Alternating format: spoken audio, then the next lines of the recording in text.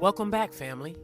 This is the Good News with Truth, and I'm your sister, Privileged Truth. Today, we're going deeper.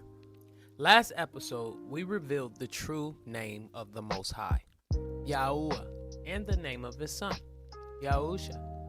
And if you thought that was heavy, today we're uncovering the why behind the silence.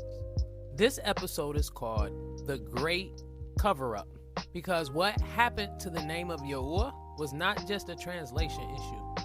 It was a coordinated erasure across languages, across empires, across generations. Let's talk about who did it, how they did it, and why. It started after the Babylonian exile. The priests and scribes of Israel became afraid to pronounce the name. Out of fear of blasphemy, they stopped speaking Yahuah publicly. Instead, they substituted Adonai and Hashem, Lord, and the name. Adonai meaning Lord, Hashem meaning the name. Now let's be clear. That was never Yahuah's instruction. That was man-made tradition.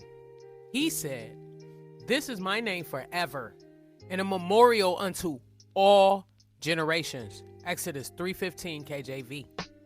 But the moment fear entered, reverence was replaced with silence, and that silence opened the door to deception. See, when the Hebrew scriptures were translated into Greek, something critical was lost. What? Identity. The translators replaced Yahuah with the Greek word Kyrios, which means Lord. Kyrios. You hear me? Kyrios, for those who may think I'm enunciating it wrong.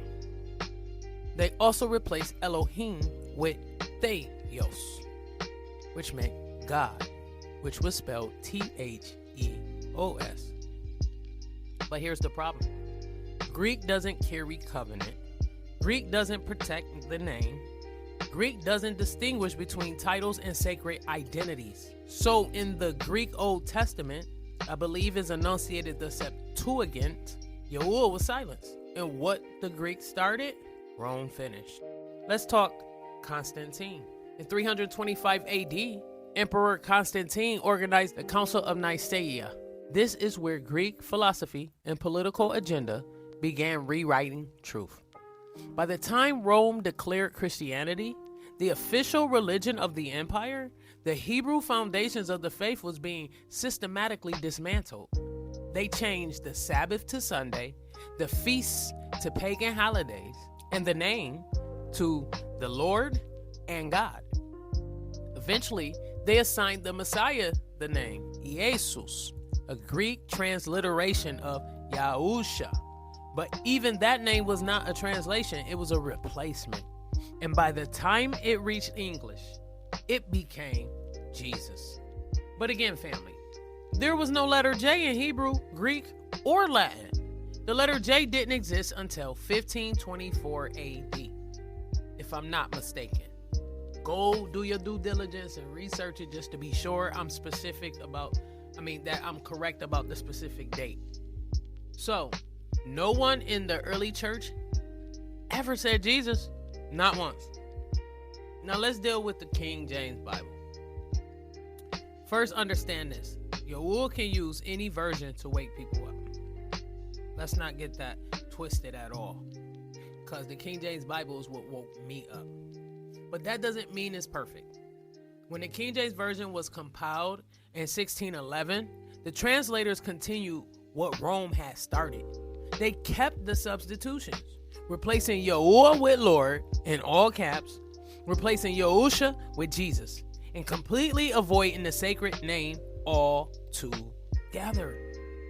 So when people say, I stand on the KJV, you need to know it already came through a filter of edits, a filter of removals, and a filter of substitutions. That's not to destroy faith. It's to rebuild it on truth. So let's ask the hard question. Why did they erase the name? Because the enemy understands something most believers don't. There is power, protection, and authority in the name. Psalms 83:4, it says, "Come and let us cut them off from being a nation, that the name of Israel may be no more in remembrance." Jeremiah 23:27, it says, "Which think to cause my people to forget my name, and their fathers have forgotten my name for Baal." Come on now. Acts 4:12, "Neither is there salvation in any other, for there is none other name under heaven given among men whereby we must be saved." I'm going to say that again. "Neither is there salvation in any other, for there is none other name under heaven given among men whereby we must be saved." The plan wasn't just to silence the name. It was to disconnect the people from their covenant identity. If you change the name, you change the worship. If you change the worship, you change the access. Changing the access changes the fruit. Let's close what Yahuah says at the end of the book, because his word speaks for itself. Revelations 22:18 and 19. "For I testify unto every man that heareth the word of the prophecy of this book. If any man shall add unto these things, Yahuah shall add unto him the plagues that are written in this book. And if any man shall take away from the words of the book of this prophecy, Yahuah shall take away his part out of the book of life." That's not a metaphor. That's a warning. And when you strip out his name over 7,000 times, when you change the name of his son, when you replace sacred terms with empty titles, you are not just editing scripture. You are violating a divine decree. He said, "Heaven and earth shall pass away, but my word shall not pass away." Matthew 24:35. His word will outlast all of us.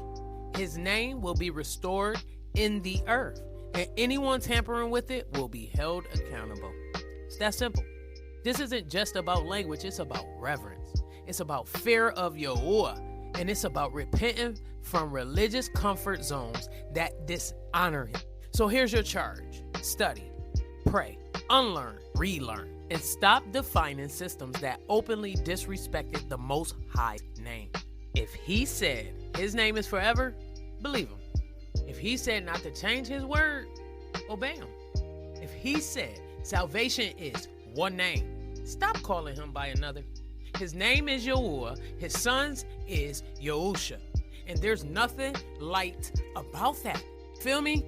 This was episode 2, the great cover-up.